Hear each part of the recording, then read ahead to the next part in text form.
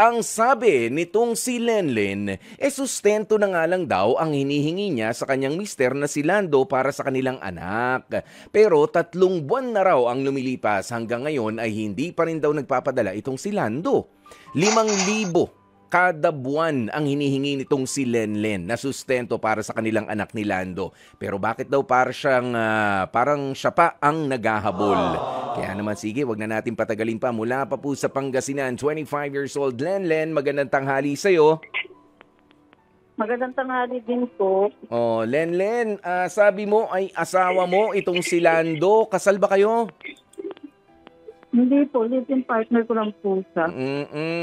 Okay. O sige, common law partner, ganyan. Pero ito bang 5,000 kada buwan na pagkasunduan ninyo o ito ang dinedemand mo sa kanya? Nag-agree ba siya dito? Bali po napagkasunduan po namin siya once nung lumabas po yung baby po namin.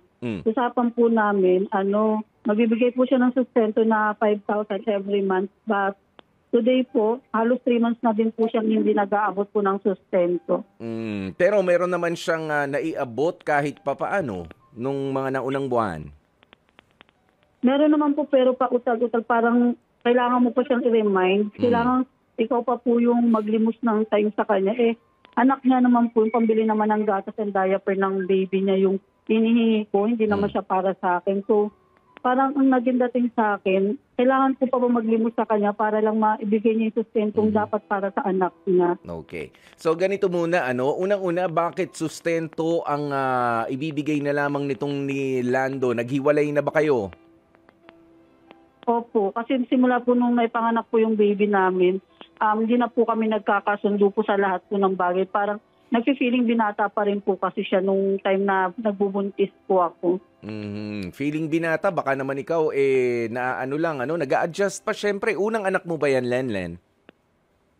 Yes po. Oo, at si Lando rin, unang anak din. Wala namang anak sa iba. Wala naman po. Binata rin. O baka pinalayas mo ba siya o siya mismo ang umalis?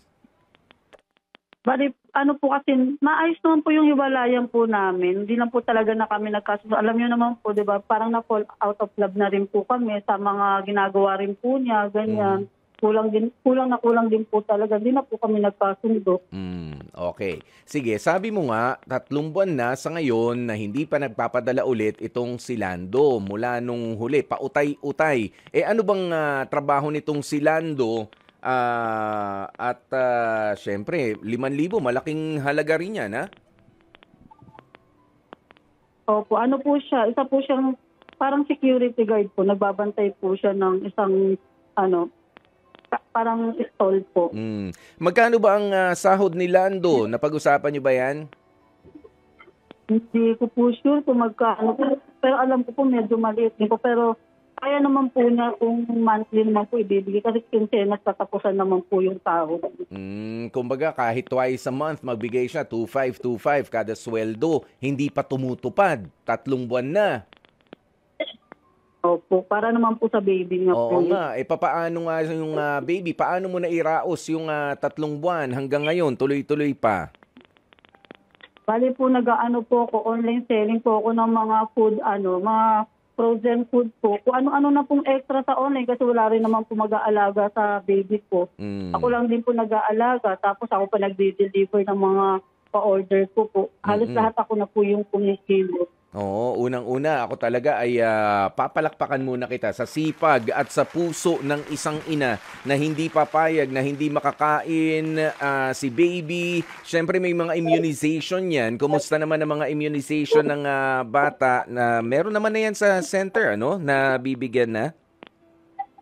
Opo, okay naman po, kumpleto naman po. Ayun, kumpleto sa mga turok para maging mas malusog ang bata. Pero eto na nga, si Lando, nakokontak mo pa, kahit papaano sumasagot naman pero puro tawad. Opo, puro, kunyari po, pagka nangihingi na po, puro bukas, gano'n. Kasi hindi na po siya nag-abot po. Kumusta ba kumusta ang papeles nung bata? Tinanggap ba ni Lando bilang anak niya? Pumayag ba siya na isunod sa apelyido niya yung bata? Apo, nasa apelyido naman po niya. Oh, nasa apelyido niya, pumirma rin siya ron sa birth Yes po. certificate. Apo, kasi naghiwalay naman po kami nung ano na po nung Naipanganak na. nailabas na po yung apo. Oh, yan. Meron ka talagang Lando. Huwag ka na magtago, Lando.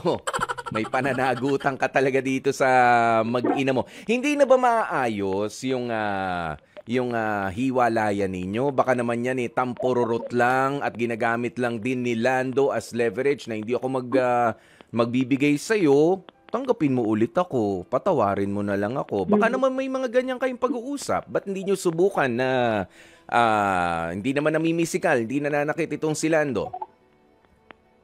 Hindi na din po siguro kasi halos 3 years na po kasi yung baby po namin. Nakakasawa na rin po. Ayoko na rin po makisama na para lang sa baby. Paano kung lumaki yung anak po namin, makita, hindi kami nagmamahalan. Ano sabi mo, 3 years? Opo, 3 years old na po yung baby po namin. Okay. So, 3 years old na si baby. So, doon sa mga nagdaang mga taon, ay nagbibigay naman itong si Lando. Opo, pero utal-utal po. Talagang kailangan mo pa pumpukpukin. Paano? Anong utal-utal? Parang kailangan pa po talaga siyang kulitin, ganyan, na mag-abot. Magkaiba kasi yung Kukulitin mo po talaga utal-utal. sa chat mo, sa tawagan. Oo. Ang utal-utal, hindi mo Parang, makausap na maayos. Utay-utay siguro. Ayusin natin na. Utay-utay. Sorry po, Ayan. sorry po. Okay. Sige. Sorry Tuloy. po. Tuloy ang kwento, Lenlen. Bali po yun po, sana lang, kahit man lang sa anak niya, magparamdam siya, mag-abot po siya ng sustento niya sa baby niya. Hindi naman po para sa akin, para naman po sa baby niya yun. Kasi po kahit po ako, hirap na po ako. Hindi ko na po alam kung paano po mapagkakasya yung pambayad sa bill, gastusin sa bata, kahit sabihin niyo kung isa lang po yung baby na inaalagaan ko. Siyempre po, as a single mom, hirap po i-budget. So ibig sabihin talaga, Lenlen, ay hindi mo na gugustuhin pa na magkabalikan pa kayo nitong si Lando. Hindi na po. Malinaw yan, ha? Wala na po talaga. Wala na talaga. At sa pagsasabi mo ng wala na talaga, baka meron ka na ring bago na napupusuan o nakakasama ngayon na nakakuha na ng atensyon mo. Wala din po. Sa ngayon po, sa anak ko po yung attention ko po ngayon. Ayoko na pong kumuha ng bato na ipupukpok ko ulit sa ulo ko po. Okay. Sige. So sa ngayon, single na single ka talaga, single mom. At syempre, ito naman si Lando. Ano naman ang balita mo sa kanya? Meron na rin ba siyang karelasyon? Kumusta ba ang kalusugan niya? Baka naman meron na pinagkakagastusan. Di na rin po kasi kami madalas magkita Kasi sa messenger na lang po kami nagkakakontakan. Di ko na rin po nakikita yung mga post niya. Kasi iniiwasan ko, ayaw ko na rin makita yung mga pinopost niya po sa social media. Bakit? Ano ba mga pinopost niya? Kasi puro pasarap po kasi, tapos pag hiningian mo na ng sustento, wala namang maiabot. Kumbaga parang lumalabas, basag trip ka pa, sa bandang huli. Opo. Bakit? Ano yung mga pasarap na nakikita mo nakapost sa social media niya? Kunyari po, nagiinuman po sila ng mga katrabaho niya, tapos kumakain sila sa labas, ganyan. Tapos sa anak niya, wala man lang siya kahit panggatas, pangdaya pa, wala man lang siya maibigay. Okay, naku medyo mahirap nga lunukin yung mga post na ganyan, Pero kung ako naman sa'yo, ay mas maigi na hindi mo ina-unfriend dahil sa galit, hindi. At least namo-monitor mo yung ikinikilos niya. Ikaw ba, ay na-screenshot mo itong mga bagay na to? Hindi na po. Kasi nire-respect ko din naman po yung privacy niya. Oo nga, ang problema nga, ayan, sumasakit na ulo mo, papaano niya susustentuhan yung anak niyo na kinikilala niya naman. Okay, at sa batas, meron siyang pananagutan dyan kung sakasakalit gagamitin mo yun. Alam mo ba yun? Opo. Ha? Alam ko naman po na pwede ko pong magamit yung bagay na yun, pero sana maramdaman niya din po yung effort na binibigay ko po doon sa anak namin. Tapos, magpusa naman po siya na mag-abot. Kasi, hindi naman po lahat ng bagay dapat idaan namin sa away po, diba? Kailangan matuturin po siya. Ayoko naman po umabot kami sa mga kaso-kaso po. Kumusta ba yung, yan, maganda yan, ano, ayaw mo namang umabot, magkaasuntuhan pa, 'di ba? Siyempre may trabaho siya, sabi mo nga nag-decide na kaming maayos na maghiwalay, magkaibigan na lang kami, co-parenting yung pinasok ninyong arrangement.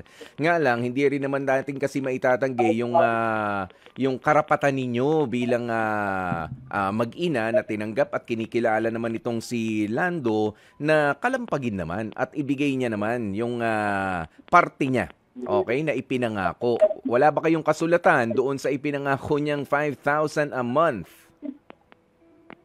Sa barangay po, meron po. Meron. O, yan pa ang isa. 'Di ba? I mean, kailangan mong i-prepare ito. Sabi ko nga, hindi naman puro emosyon na lang, puro awa na lang rin yung ating paggaganay. Paggaganay mo yung utak mo, hindi yung sikmura mo ang pinoproblema mo. Oh, I'm quite sure, Lenlen, na ikaw ay kaya mong pakainin ang sarili mo nang wala na talaga itong si Lando. Ang problema, yung anak ninyong dalawa. 'Di ba? Doon siya nagkukulang eh. Opo.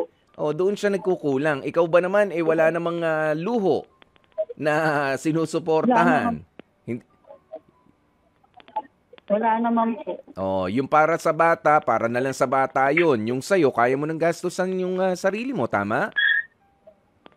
Opo, halos hindi ko na nga rin po magastusan yung sarili ko kasi binibigay ko na po lahat sa anak ko sa bahay namin. Oo, pero kasi ngayon bawat kilos mo, syempre buhay ang anak mo, andito kasama ka ng lipunan na gumagalaw, may gastos. O kaya naman, itong si Lando ay dapat malaman niya yung ganito mga aspeto. Hindi ko sinasabi na takutin mo siya, iparealize lang sa kanya, no? Na meron siyang pananagutan dito sa may mga pinirmahan siyang dokumento na kailangan siya magbigay ng ganito. Alam ko na magkaibigan kayo, nakakapag-chat pa rin kayo, pero sabi mo nga kanina, sana hindi naman puro away na lang. Kumusta ka rin ba kasi kung mangumusta kay Lando? Baka laging mataas na boses mo. Ha? Hindi naman po. Hindi naman. Nag-chat lang naman po, maayos naman po. Hindi mo ba siya pwede matawagan naman? Hindi rin po siya sumasagot eh. Napadala mo ba ng picture man lang ng bata? Baka kasi may mga ganyan eh. Pinipressure ka, baka humihingi lang ng picture. Ano na bang itsura ng anak ko? Hindi ka nagpapadala. Pag birthday nga po ng anak niya, sinasend ko pa yung picture.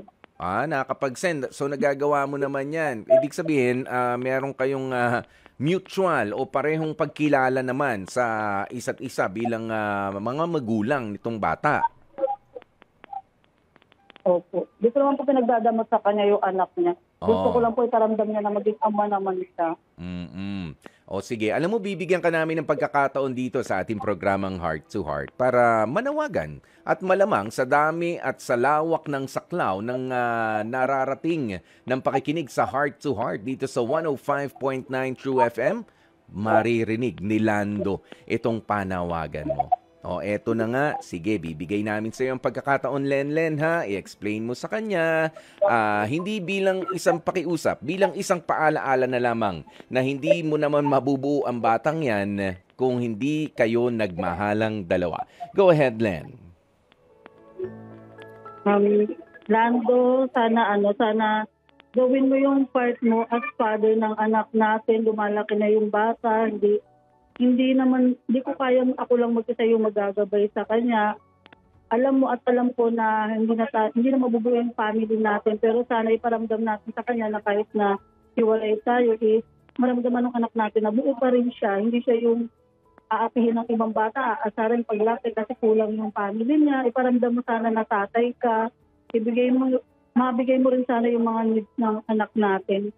Hindi lang yung puro ako lang, kasi alam mo naman na mag-isa lang akong sumusuporta sa bahay, sa bata. Alam mo wala akong patuwang, sana tulungan mo ko. Huwag mo na maiparamdam na parang nanlilimos kami ng time sa'yo, nanlilimos kami ng pera para lang may panggastos niya, may pambili ng gatas, and diaper, and kapag nagkakasakit siya, di ba, yung mga gamot. Sana ma-realize mo na tatay ka na, hindi ka na isang binata. Mahalin mo yung anak mo. Higit pa sa sarili mo, mahalin mo muna yung anak mo. Para sunod na magkapamilya ka man, alam mo na yung gagawin mo. Hindi na maulit itong nangyari sa atin. Yun lang. 3 years old, syempre hindi pa nag-aaral si baby, ano? Pero next year, ano ba, pwede nang pumasok yata, ano? Pwede na. Opo, daycare po. Oo, yung sa daycare o kaya kapag ka magkikinder na yan, magpe-prep, kahit ipasok mo ang mga bata sa public school na libre ang pag-aaral, syempre kailangan ng uniforme, kailangan ng baon na pagkain, 'di ba? Mas lalong kakailanganin ka na, Lando. Pero ikaw ba, Lenlen, okay lang sa'yo? Sabi mo 3 months na hindi nakapagpadala itong si Lando nang ipinangako niya na 5,000 a month. Ibig sabihin 15,000 yan. Paano kung magpadala ng 5,000 ngayon? Okay lang po, basta po mabigay niya po yung pangangailangan po ng anak po namin. Tapos matupad niya na po yung pinangako niya po. Kahit papaano makahinga-hinga ka rin sa mga gastusin naman. Yun lang yun. Unti-unti, utay-utay ulit. Pwede naman. Alam mo, Lando, ako nananawagan rin sa'yo. Malawak ang pangunawa nitong si Lenlen dahil sabi niya ayoko na po ng gulo eh. Ang gusto ko lang, yung ayoko nung para ako namamalimos nung para naman doon sa anak ko. Lando, kung nakikinig ka at sa mga katulad ni Lando, may pinasok tayong kasunduan, may pinirmahan kayo, sabi nga doon sa barangay. Hawak mo yung dokumento, Lenlen. Opo. Hawak mo yung birth certificate, pumirma ka rin na doon bilang ama nitong bata, bagaman hindi kayo kasal. Nako, mag-iingat ka kapag ito kadadaan lang kanina ni Senator Raffy Tulfo pagka narinig niya to. Baka akin na nga yung kwentong Ready ka ba doon, Lenlen? Gusto mo ba yon? Ha? Gusto mo yun? Depende po kapag hindi po talaga siya nakipag-cooperate po. Ayan, dumadaan dito ang mga staff ni staff kanina siya mismo dumaan. Ewan ko lang ha. Hindi naman sa hindi kita tinatakot, Lando. Medyo mahirap yan, yung pinasok mo. Ito muna, si Vlad ng Pasig City ay merong mensahe para sa iyo, Lenlen. 35 years old na itong si Vlad. Ano kayang mensahe yan? Para kaya sa relationship ninyo, para sa sustento, o i-offer ang kanyang sarili sa isang single mom na katulad mo? Ito, Vlad ng Pasig, magandang tanghali sa iyo. Magandang tanghali po. Ano bang maikokomento mo dito kay Lenlen? Ano mong problema sa paghingi ng sustento sa kanyang kinakasama noon? Ang maipapayo ko po niya sa ngayon ay contact niya yung mga kamag-anak ng ating Vlad, wait lang ha. Vlad, excuse me. Vlad? Vlad, may mayabang ba sa katabi mo? Mahangin eh. May mayabang ka bang katabi? Hindi, medyo mahangin. Mahangin. Ano ba? Baka umaandar ka ha sa motorsiklo? Hindi naman? Hindi naman po. Bakit para mahangin? Nasa labas po ako, sir. Okay. Sige, pwesto ka sa medyo, ayan. Mas maayos yung linya mong ganyan. Wala masyadong hangin. Ituloy mo yung sinasabi mo para mas malinaw. Okay po. Siguro maipapayo ko po is try niyang kontakin yung kamag-anak, lalaki. At siyempre try niyang gawin lahat para i-settle ng amicably yung situation nila. Kasi siyempre anak pa rin naman nila. Yung anak pa rin ng lalaki o magiging kamag-anak pa rin nila yung bata na dinadala niya. Actually, hindi na dinadala. 3 years old na. 3 years old na. Okay, ang punto lang dito, Vlad, alam mo, merong mga pinirmahan ng dokumento. Anong pangalan nito? Si Lando. 'Di ba? Na kinikilala naman yung bata. Kaya pwede rin naman na siguro nakipag-usap na rin. Lenlen, nasa kabilang linya natin si Lenlen. Lenlen, nakalampag mo na rin ba yung mga kamag-anak daw nitong si Lando? Paalam po nila. Friend ko pa rin naman po sila sa Facebook. Sorry? friend ko pa rin naman po sila sa Facebook, sa social media. Oo, kumbaga nirerespeto nyo naman ang isa't isa. Nakapagpatulong ka na ba na ipaalala kay Lando, kalampagin nyo naman yung anak nyo o yung kapatid ninyo at kailangan na ito. Kasi pamangkin, ang sinasabi ni Vlad dito, pamangkin nyo yan, apo nyo pa rin naman itong bata dito. Parang nakikiusap na kami sa parang nandilimos. Yun yung pangit na pakinggan dun eh. Nagawa mo na ba yun, Lenlen? Opo, na-message ko na rin po yung mga kapatid niya, pati mama at papa niya yun. about doon. Nagawa na, Vlad. Oo, kaya konting kalampag pa. Pero Vlad, maraming salamat sa pagtawag. Yun. Mukhang nakipag-usap na ulit si Vlad doon sa mayabang niyang katabi na mahangin. Ayan, pero Lenlen, wala ka ng iba pang gustong mensahe pa na sabihin?